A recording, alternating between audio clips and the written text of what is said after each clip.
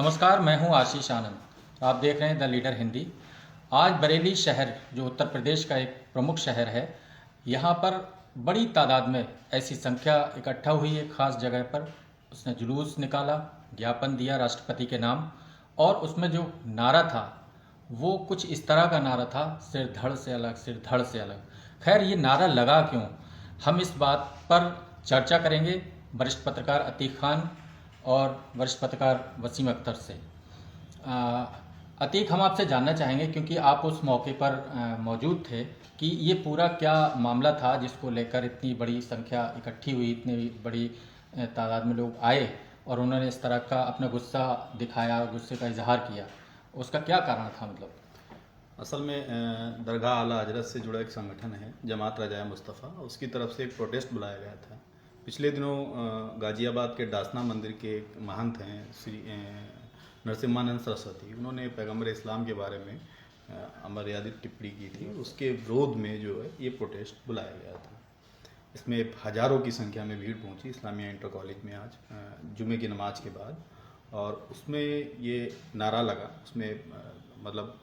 नरसिम्हानंद की गिरफ्तारी की मांग उठ रही थी, लेकिन बीच में भीड़ जो है वो उत्तेजक हो जा रही थी और वो एक नारा लगा रही थी कि गुस्ताख नबी की एक ही सज़ा, सर धड़ से जुदा, सर धड़ से जुदा, इस तरीके का नारा लग रहा था। ये जो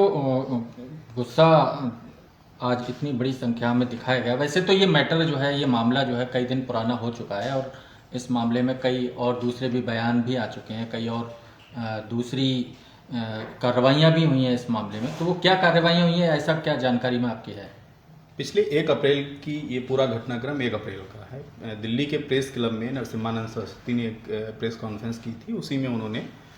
अमर्यादित टिप्पणी की थी पैगम्बर इस्लाम के बाद। इसके बाद दिल्ली के एक विधायक हैं मानतुल्लाह खान, उन्होंने उनके खिलाफ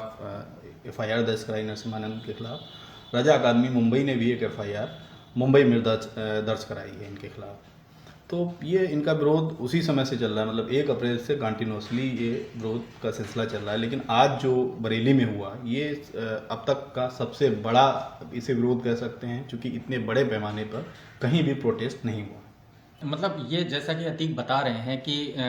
बरेली में जो इतना बड़ा जो प्रदर्शन हुआ है इस मामले को लेकर, कि पैगम्बर इस्लाम को लेकर कोई अमर्यादित टिप्पणी की, डासना के एक महंत हैं नरसिम्हानंद सरस्वती, तो उसको लेकर कई दूसरी जगहों से भी विरोध ऐतराज़ दर्ज कराया गया, FIR हुई हैं, लेकिन कार्रवाई जैसा कि वो चाहते थे वैसा शायद नहीं हुई। इस वजह से उनका विरोध प्रदर्शन अभी भी क्योंकि चल रहा है, और इस मामले में देखा जाए तो ये बहुत बड़ा विरोध प्रदर्शन है। एक हम पिछला थोड़ा बैकग्राउंड में अगर थोड़ी सी बात करें तो पैगम्बर इस्लाम को लेकर एक पिछले वर्ष लगभग 1 साल हो गया, फ्रांस के अंदर भी एक ऐसा घटनाक्रम हुआ था। तब एक आई लव चैलेंज करके भी एक टैगलाइन भी काफ़ी बड़ी फेमस हुई थी, और उसके बाद फ्रांस के अंदर कई ऐसे घटनाक्रम एक के बाद एक हुए। अभी हाल ही में पिछले ब्रिटेन के अंदर एक ग्रामर स्कूल के अंदर भी इस तरह का घटनाक्रम सामने आया है, जिसको लेकर ऐतराज़ दर्ज कराया गया बड़े पैमाने पर। लेकिन अब ये क्योंकि एक ताज़ा घटनाक्रम है, और क्योंकि भारत की परिस्थितियों में एक खास फेनोमेना, एक परिघटना भी काफ़ी समय से चल रही है, 2 समुदायों के बीच में एक तकरार, चाहे वो बातों के तौर पर हो या फिर उनकी किन्हीं दूसरी चीज़ों को लेकर हो। हम इस मामले में बात करेंगे वसीम साहब से। वसीम जी, इस मामले को आप कैसे देखते हैं कि ये जो मुसलमानों का ये जो गुस्सा है खास मामले में, या जो ये भावुकता है उनकी ऐसी जो धार्मिक मामलों पर लेकर, ये काफ़ी दिखाई देती है। और अब इस दौर में, अब क्योंकि इलेक्शन का भी एक माहौल है उत्तर प्रदेश में तो ख़ास तौर पर, तो इस सारी चीज़ों को आप कैसे देखते हैं? देखिए, सबसे पहले तो हम इसकी वजह के पीछे जाना चाहेंगे कि जो पैगम्बर इस्लाम को लेकर तमाम चीज़ें होती रही हैं, उनके पीछे कहीं ना कहीं मकसद, जो आपत्तिजनक टिप्पणियां होती हैं, जो या उनके खिलाफ बयान दिए जाते हैं, उनका मकसद यही होता है कि जो कहने वाले हैं, जो बयान देने वाले हैं, वो किसी न किसी रूप में सुर्खी में आना चाहते हैं। उन्हें पता है कि मुसलमानों के लिए पैगम्बर रसूल एक आदर्श हैं, अल्लाह के रसूल के बतौर लोग उनसे मोहब्बत करते हैं, उन्हें इस दुनिया में जो है वो शांति दूत बनाकर भेजा गया। और अगर आप उनकी ज़िंदगी के बारे में देखेंगे, अगर पढ़ेंगे पैगम्बर रसूल के बारे में, तो ज़िंदगी का उनका एक गोशा भी ऐसा नहीं है कि जिस पर उंगली उठाई जा सके। क्योंकि जिसको पूरी दुनिया में, जिनके लिए पूरी दुनिया में इतनी मोहब्बत है तमाम मुसलमानों ने बहुत, और मुसलमान ही क्या, अगर आप देखिए कि जितने भी अच्छे रिसर्च स्कॉलर रहे हैं, राइटर रहे हैं, उन्होंने उनकी बहुत सी ऐसी चीज़ों को कोट किया है कि जिन्होंने दुनिया भर में बहुत अच्छा मैसेज गया कि अगर हम उनकी ज़िंदगी को देखें तो एक क्रांति उन्होंने की है। सऊदी अरब में जहाँ पे जहालत का दौर था, और जब वो वहाँ उस दौर में वहाँ आए तो उन्होंने बहुत सी चीज़ों को बदला। आप महिलाओं के मामले में उनके देख लीजिए, और हकों के मामले में देख लीजिए कि अधिकारों को लेकर उन्होंने किस तरह की, और उनकी पूरी ज़िंदगी आप देखिए कि जो कुरान एक वो पेश करता है नज़रिया, उस कुरान के हिसाब से उनकी पूरी ज़िंदगी एक आइडियल है कि उन्होंने उसको कुरान को में जो कहा गया उसके हिसाब से पूरी ज़िंदगी गुजार के तमाम दुनिया के सामने एक नज़रिया पेश किया कि इस तरह से ज़िंदगी गुजारी जा सकती है। कि उनका पूरा ज़िंदगी देखिए आपके, ज़्यादातर उनके घर में फाके हुआ करते थे, वो बहुत मेहनत करके कमाते थे और खाते थे, और पूरी ज़िंदगी वो इस्लाम को फैलाने में, और इस्लाम को फैलाने में भी कोई ऐसा वो नहीं रहा कि जिसमें कोई ज़ोर ज़बरदस्ती की बात आई हो। जब कई मानवाधिकारों की बात आई तो वो उन्होंने एक एग्जाम्पल क्रिएट किया। तो मुसलमानों के लिए वो आदर्श हैं, और जब कभी कोई ऐसी बात आती है और ऐसा कहने जो उनके खिलाफ जाते हैं, जो उनके खिलाफ बयान देते हैं, उन्हें पता है कि जब हम ऐसा करेंगे तो मुसलमान इस तरह से विरोध में सड़कों पर आएगा। आज का जो भी प्रदर्शन था उसके बारे में, ये एक पहला प्रदर्शन था जो दरगाह ताजुश्शरिया के जो सज्जादा नशीन हैं, जिन्हें काज़ी हिंदुस्तान का भी दर्जा दिया गया है, उनकी अगुवाई में किया गया। अब से पहले ऐसा कोई प्रदर्शन उनकी तरफ से नहीं हुआ था कि मुसलमान सड़कों पर उतर कर आए हों, और उन्होंने इतनी बड़ी तादाद में कहीं इकट्ठा होने के बाद। इससे पहले हमने देखा कि CAA और NRC के लिए जो प्रदर्शन हुआ है वो मौलाना तक़ी रज़ा खान ने किया था। उनकी अपनी एक सियासी पार्टी है, उसके बैनर तले हुआ था। लेकिन ये पहला मौका है कि जब दरगाह के किसी जिम्मेदार शख्स ने इस तरह से सड़कों पर आकर, वो खुद भी उसमें शामिल हुए, उनके लिए पहला प्रदर्शन था। यही वजह रही कि इस प्रदर्शन को कामयाब बनाने के लिए तमाम मस्जिदों से ऐलान हुए, वहाँ से भीड़ भी आई, और एक भीड़ के एतबार से हम कह सकते हैं कि ये कामयाब प्रदर्शन था। इस पूरी चर्चा के दौरान जो बातचीत आई है उसमें हम अपने दर्शकों को एक ख़ास बात बताना चाहेंगे कि बरेली शहर जो है वो बरेलवी सुन्नियों का एक केंद्र भी है। यहाँ ये आला हजरत दरगाह है यहाँ पर, और जिससे जुड़े हुए दुनिया भर के तमाम जो बरेलवी सुन्नी हैं वो उससे जुड़े हैं, और यहाँ पर बरेलवी जो समुदाय है वो बड़ी संख्या में यहाँ पर है भी। खैर, जैसा कि अभी वसीम जी ने बताया कि ये एक पॉपुलैरिटी स्टंट है, जो कि ऐसा कई बार और लोग भी कर चुके हैं कि किसी एक खास धर्म या खास तौर पर इस्लाम के जो उनके आइडियल हैं, उनके जो पैगंबर हैं, क्योंकि उनको लेकर लोग उनको आदर्श मानते हैं, तो उसको जब भी कोई उसको किसी तरह का कोई विवाद क्रिएट करने की कोशिश करेगा तो वो एक बड़ी संख्या में उसका विरोध शुरू हो जाता है। ये एक जज्बात उनका सामने आता है। हम अतीक आपसे थोड़ा सा जानना चाहेंगे कि ये जो पॉपुलैरिटी स्टंट जो अभी जिसको बताया गया कि इस तरह की घटनाएं क्योंकि पहले भी हुई हैं और इस तरह का एक माहौल बना हुआ है, लेकिन ये जो प्रदर्शन का जो मूड मिजाज था, जैसा आपने बताया कि जो वहाँ नारा क्रिएट हुआ वो पहले से तयशुदा था या कि वहाँ बन गया, ये खैर एक अलग सवाल है। लेकिन उस नारे को लेकर आप क्या सोचते हैं कि ओवरऑल अगर हमारे पूरी सोसाइटी या पूरे इंडियन जो सोसाइटी का जो अपना नेचर है उसमें वो कैसे करके उसको देखा जाना चाहिए? मुझे लगता है चूँकि हम एक संवैधानिक देश के नागरिक हैं और इस तरीके का जो हम कभी नारे ऐसे लगाते हैं तो वो भीड़ में कभी उत्तेजना का माहौल पैदा करते हैं, तो इससे बचना चाहिए, क्योंकि ये सीधे तौर पे हिंसक जो मैसेज है वो देता है। तो किसी भी भीड़ में इस तरीके के नारे नहीं लगने चाहिए, उनसे बचा जाना चाहिए। आपकी राय में मतलब क्या होना, क्या मतलब विरोध का तरीका हमारा संवैधानिक है। भीड़ आई, उन्होंने अपनी बात की, अपना विरोध जताया, पुलिस प्रशासन ने उनकी बात को सुना, उनका मांग पत्र लिया, लेकिन जब इस तरीके के नारे लगते हैं तो संभव है कोई उस भीड़ से तमाम लोग क्या वो संदेश लेके जाएंगे, क्या किस तरीके से अपना व्यवहार कर सकते हैं, तो ये इससे बचना बेहतर है। मतलब ये उचित नहीं है, मेरे ख्याल से तो ये उचित नहीं है, इससे बचा जा सकता है। वसीम जी, आप क्या सोचते हैं इस मामले में? जैसे कि है क्या कि पॉपुलैरिटी स्टंट तो क्योंकि सभी जगह से कई बार ऐसे होते हुए दिखते हैं, वो अलग अलग कम्युनिटी के हिसाब से भी, और ख़ास तौर पर क्योंकि यहाँ पर हिंदू मुस्लिम कन्फ्लिक्ट एक काफ़ी बड़े स्तर पर दिखता है, तो कभी किसी चीज़ पर कोई किसी तस्वीर का होना, चाहे वो हिंदू कम्युनिटी की तरफ से इस तरह के विरोध ऐतराज आए हैं, या और भी इसी तरीके की बातें होती रही हैं, तो आप कैसे देख रहे हैं इस मामले को? देखिए, इसमें जिस तरह से जो नारे दिए गए हैं, हालांकि उनका प्रदर्शन पूरी तरह से शांतिपूर्ण था। उनका मकसद था ज्ञापन देना, विरोध दर्ज कराना, उतना उन्होंने किया है। लेकिन ये नारा कहीं ना कहीं कानून को उसको चैलेंज कर रहा है, क्योंकि हम अगर देखें तो सबसे पहले ये मामला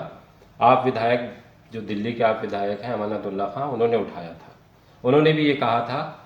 कि ऐसे शख्स का जिसने रसूल की शान में गुस्ताखी की है उसको मार देना चाहिए या उसका सिर धड़ से अलग कर देना। जो उनकी भाषा भी ऐसी थी, लेकिन उन्होंने उसमें एक चीज़ ये जोड़ी थी कि चूंकि हम संवैधानिक देश में रहते हैं, हम संविधान से चलते हैं, इसलिए हम ऐसा कुछ नहीं करेंगे और हम उसकी बात के खिलाफ, स्वामी की बात के खिलाफ विरोध प्रदर्शन के लिए आए हैं, ज्ञापन देने के लिए आए हैं, मुकदमा दर्ज कराने के लिए आए हैं। लेकिन उनकी इस बात को पकड़ लिया गया और उसके बाद उन पर मुकदमा भी हुआ। तो एक मौका ये शांतिपूर्ण विरोध प्रदर्शन में जो प्रदर्शनकारी थी वो दे गए हैं कि अगर प्रशासन चाहेगा, पुलिस चाहेगी, तो एक मुकदमे का आधार है ये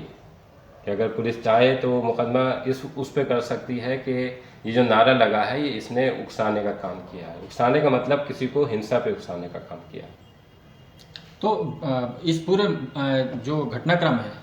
इसकी आगे क्या परिणति हो सकती है, इसका कुछ अंदाजा, कुछ अनुमान लोगों से बातचीत के दौरान आपने कुछ लगाने की कोशिश की वहां पर कि किस तरह का लोग कैसे सोच रहे हैं इसको आगे, कैसे क्या निपटारा क्या चाहते हैं?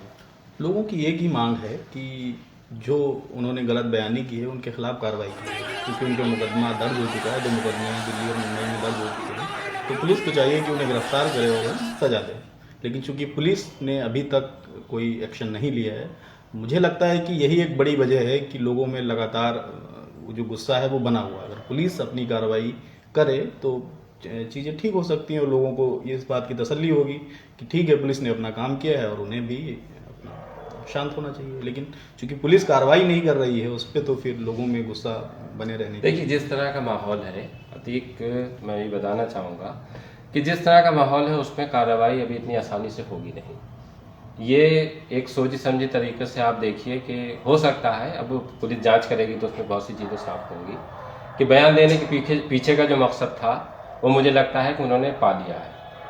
अगर पुलिस को कार्रवाई करनी होती तो अब तक जितना FIR हुई है उसमें अब तक कार्रवाई हो जाती, लेकिन इस मामले को बढ़ाया जा रहा है। बढ़ाने के पीछे मकसद यही है कि चूंकि आपने जैसे शुरू में कहा कि चुनाव सामने है, तो उन चुनावों को सामने रखकर ध्रुवीकरण का माहौल पैदा किया जा रहा है कि जितना ये फैलेगा, देखिए ये जितनी देर होगी गिरफ्तारी में उतना मुसलमान सड़कों पे आएगा, विरोध प्रदर्शन करेगा। इसी वजह से इसमें अब तक कोई कार्रवाई नहीं हुई है। महमूद मदनी जो जमात इसके देवबंद से जुड़े हैं, उन्होंने तो ये कहा भी था कि ये अगर देखा जाए तो रासुका का सटीक केस है। उन्होंने एक एग्जाम्पल क्रिएट किया था कि जब अभी हाई कोर्ट ने एक आदेश जारी किया है, अपना फैसला सुनाया है, जिसमें कहा है कि ज़्यादातर जो केस हैं रासुका के वो ठीक नहीं है। तो महमूद मदनी का ये बयान आया था कि ये रासुका के लिए सटीक मामला है, क्योंकि दिख भी रहा है कि जिस तरह से लोगों को उकसा रहे हैं और इस पर बयान आए, ये मुस्लिम्स की तरफ से नहीं बल्कि कुछ जो हिंदू हैं उनकी तरफ से ये बयान आया कि जो स्वामी ने बयान दिया है वो सरासर गलत है और उसका मकसद ही यही है कि वो दोनों जो धर्म के लोग हैं उनको बांटकर हिंसा पे उतारू करना चाहते हैं। इस बात को जो कि बात कही जा रही है कि एक राजनीतिक ध्रुवीकरण की कोशिश जो दिखाई दे रही है, खैर राजनीतिक ध्रुवीकरण, अब दूसरी बात यह है कि पुलिस कार्रवाई नहीं कर रही है, तो पुलिस कोई राजनीतिक संस्था नहीं है, पुलिस नहीं कर रही है तो पुलिस तो कोई किसी राजनीतिक संस्था के अंडर में नहीं कर रही होगी, ऐसा ही तो होगा। तो इस पूरे चीज़ को आगे खींचने का मकसद आपको भी क्या यही लगता है अतीक, तरह से कोई राजनीतिक ध्रुवीकरण की और जो पूरा सोसाइटी ऑलरेडी चल रही है तो उसमें ऐसा कोशिशें हो रही हैं, ये जानबूझ के हो रही हैं? उसी कड़ी की से घटना कह सकते हैं। पहले हम देख रहे हैं कि समाज को किस तरीके से बांटा जा रहा है। हिंदू, खास तौर से हिंदू और मुसलमानों के बीच जो एक माहौल पैदा किया गया है वो सीधा तौर पे राजनीतिक है और उसके नुकसान हम लोग देख ही रहे हैं, पैरेलल कई घटनाएं होती रहती हैं और वो इसी रूप में आगे बढ़ रही हैं। जाहिर है कि उसका किसी को तो फ़ायदा है, और फ़ायदा है तो सिर्फ राजनीति को, नेताओं को फ़ायदा है। तो समाज बट रहा है, लगातार बढ़ते हुए जा रहा है। हम देखते हैं जो स्वामी जो सरस्वती की इनकी नरसिम्हानंद की हम बात कर रहे हैं, जब उन्होंने ये बयान दिया तो ट्विटर पे हमने एक ट्रेंड देखा और कई दिन तक, मतलब 3-4 दिन कंटिन्यू वो ट्रेंड कर रहा था। और वो एक ट्रेंड टेग ये था उसका, ट्रेंडिंग का, कि हम नरसिम्हानंद के साथ खड़े हैं। यानी कि एक बड़ा समाज, उन्होंने एक अपना दायरा ऐसा बना लिया है नरसिम्हानंद ने कि लोग उनकी गलत, मतलब इस हिंसक बात का भी समर्थन कर रहे हैं। इसी तरीके से हमने अमानतुल्लाह का भी देखा कि अमानतुल्लाह खान ने जब अपना कमेंट किया नरसिम्हानंद पे, तो उनके साथ भी एक उनका भी दायरा है और लोग उसी बात को ट्रेंड कर रहे हैं कि हम उनके साथ खड़े हैं। हालांकि उसमें कई लोग ऐसे भी हैं जो ये चाहते हैं कि नरसिम्हानंद के खिलाफ कार्रवाई की जाए और उसमें कार्रवाई दोनों। अच्छा, एक चीज हम आपसे थोड़ा सा जानना चाहेंगे, जैसे ये एक चलिए धार्मिक मसले को लेकर एक विवाद खड़ा हुआ है और होते भी रहे और अभी चल रहा है, और इसके जो भी राजनीतिक पटाक्षेप जैसा भी होगा, लेकिन जैसे कई बार ये लगता है कि ऐसे किसी मामले पर एक भीड़ आती है, चाहे वो किसी की भी तरफ से आए, लेकिन जबकि जो जरूरी मुद्दे हैं जो कि लोगों से जुड़े हैं, चाहे वो रोजगार का हो या किसी ऐसे मुद्दे पर जिससे कि एक कॉमन मुद्दा है, इस पर कोई भीड़ या कोई ऐसा कोई जमावड़ा क्यों नहीं इकट्ठा हो पाता है? देखिए, ये बात भी दो मुस्लिम्स में हम अगर बात करें तो मुस्लिम में दो तरह के लोग हैं। एक वो लोग हैं जो जल्दी भड़क जाते हैं, जो ये सोचते नहीं कि इस भड़कने के पीछे जो मकसद है लोगों का, भड़काने के पीछे हम उस मकसद को पूरा कर रहे हैं। एक वो लोग हैं जिन्हें हम यूनिवर्सिटी के स्कॉलर कह सकते हैं, मुस्लिम विद्वान कह सकते हैं, कि उनका ये है कि उन्होंने जब ये बयान आया, ये जिसमें गुस्ताखी की गई थी रसूल की शान में, तो जो यूनिवर्सिटी के लोग थे उनकी तरफ से अच्छे कमेंट्स आए। उनका ये कहना था कि जो बयान दे रहा है पहले हमें उसके बारे में पता करना चाहिए कि वो शख्स कौन है। उस पता करने से ये साफ हो जाएगा कि उन्होंने अभी नहीं, इससे पहले भी तमाम तरह के बयान दिए हैं, और उन्हीं में एक बयान ये था कि जिन्होंने हमारे राष्ट्रपति थे, अभी पिछले दिनों उनकी मृत्यु हुई है, तो उनके लिए भी बयान दिया था कि वो जो परमाणु हमारे फार्मूला है वो पाकिस्तान को देने वाले वही शख्स थे, एपीजे अब्दुल कलाम की बात कर रहा हूँ मैं। तो इस और पीछे जाइए आप, तो और पीछे ऐसे कई बयान मिल जाएंगे इन्हीं महाशय के, कि जिन्होंने तमाम चीज़ें इसी तरह की कही हैं कि जिनका कहीं से सच से ताल्लुक़ ही नहीं था। तो हमें ये समझ लेना चाहिए, और उनकी बात में साफ इशारा था कि मुसलमानों को इस पर भड़कना नहीं है। मुसलमानों को जो संवैधानिक तरीका है, जैसे हम बात करें, इसी दरगाह की बात करें, तो जो सज्जादा नशीन है यहाँ के एहसन रज़ा कादरी, उन्होंने अपने लोगों को, जब ये बयान ज़्यादा वायरल हुआ तो अपने लोगों को भेजा, कोतवाली भेजा और एक मुकदमा दर्ज करा दिया। वो एक सही तरीका था कि भाई ठीक है, अगर किसी ने कोई गुस्ताखी की है और कानूनन उसके खिलाफ कोई मामला बन रहा है तो हम उस पर मुकदमा दर्ज करा देंगे। अब ये पुलिस का काम है वो गिरफ्तार करे उसे या नहीं करे, वो उसकी इन्वेस्टिगेशन के बाद तय होगा कि वो उनको गिरफ्तारी होगी। तो बेहतर तरीका यही था, लेकिन चूंकि यहाँ बहुत से लोगों को इस तरह से, जैसे बयान देने वाले हैं वैसे ही जिन पर ये बयान आ रहा है या जो बयान से प्रभावित हो रहे हैं, उनको भी थोड़ा सा ये है कि कहीं ना कहीं इसके पीछे कि जब हम सड़कों पे आएंगे तो एक जो भावनाएं या वो है वो हमारे लिए भी उसी तरह से क्रिएट होगी। तो दोनों तरफ से ही ये मुझे लगता है कि ठीक नहीं है। अगर जिसने बयान दिया था उस पर कानूनी चाराजोई होना चाहिए थी, भड़कने की बजाय या सड़कों पे आने की बजाय, क्योंकि जिस तरह का माहौल है अभी देखिए, अब रात ही हमारा एक दिन पहले ही ये नाइट कर्फ्यू लागू हुआ है, यहाँ कोरोना तेजी से फैल रहा है, उसके बावजूद इतना बड़ा प्रदर्शन होना अपने आप में सवाल खड़े करता है उन पर भी कि जिन्होंने ये किया है। तो मुझे लगता है कि ऐसा देखिए, उनको ये राइट है कि वो शांतिपूर्ण प्रदर्शन कर सकते हैं, लेकिन जो पढ़े लिखे मुस्लिम्स हैं जो ये कह रहे हैं कि हमें उस मकसद को भी देखना होगा कि जो बयान देने के पीछे का है, तो जब हम उस मकसद तक पहुंचेंगे तो फिर हमें लगेगा कि नहीं, अब ये सब चीज़ें ठीक नहीं। इस मामले को हम जो समझने की कोशिश कर रहे थे कि अभी तक इस जो पूरा घटनाक्रम रहा है नरसिम्हानंद सरस्वती के मामले के, उनके बयान को लेकर, और जैसा कि अभी चर्चा में आई है बात, ये एक पॉपुलैरिटी स्टंट भी है, पॉलिटिकल गेनिंग के लिए भी कई चीज़ें हो रही हैं कि राजनीतिक उसका हमको फ़ायदा मिले, ऐसा किन्हीं पार्टियों का या किन्हीं लोगों का ये मकसद भी हो सकता है। लेकिन दूसरी तरफ ये भी बात आ रही है कि कैसे जो भावनात्मक तौर पर जो आहत हुए लोग हैं वो अपना विरोध प्रदर्शन कर रहे हैं और पुलिस कार्रवाई से बच रही है, मतलब सीधे कार्रवाई नहीं कर रही है। हालांकि मुस्लिमों की कई जो है मुस्लिम स्कॉलर्स जो बुद्धिजीवी कहें विद्वान हैं, उनका जिस तरीके से उन्होंने माना है कि कोई आदमी इस तरीके से लगातार बयानबाजी कर रहा है तो उसको हमें बहुत ज़्यादा वेटेज नहीं देना चाहिए, उसको कोई वजन नहीं देना चाहिए। लेकिन ये एक समस्या है कि ऐसे विद्वानों के साथ में लोगों की भीड़ नहीं है, भीड़ किन्हीं अन्य लोगों के हाथ में है, चाहे वो किसी भी समुदाय की हो, वो धार्मिक जो भी उनके ऊपर सरपरस्त हैं उनके हाथ में है। खैर, हम ये अपने दर्शकों को ये कहना चाहेंगे कि सब्र और शांति का जो संदेश अगर कोई भी धर्म अगर दे रहा है, चाहे वो कोई भी सा भी धर्म है, तो हमें उस आधार पे अगर हम उसको मानते हैं तो उसी आधार पे हमको एकजुट होकर और शांति से, सब्र से हमें काम लेना चाहिए। एक दूसरे की जो हमारी संवैधानिक भावना है उसका आदर करना चाहिए। संवैधानिक तरीके से हमें विरोध प्रदर्शन करने का अधिकार भी है और संविधान के जो नियम कानून है उस आधार पर यहाँ की संस्थाओं को काम करने की जिम्मेदारी है। अगर वो नहीं करती हैं तो जनता अपने तरीके से उसका विरोध प्रकट करे, ये उसका हक है। धन्यवाद।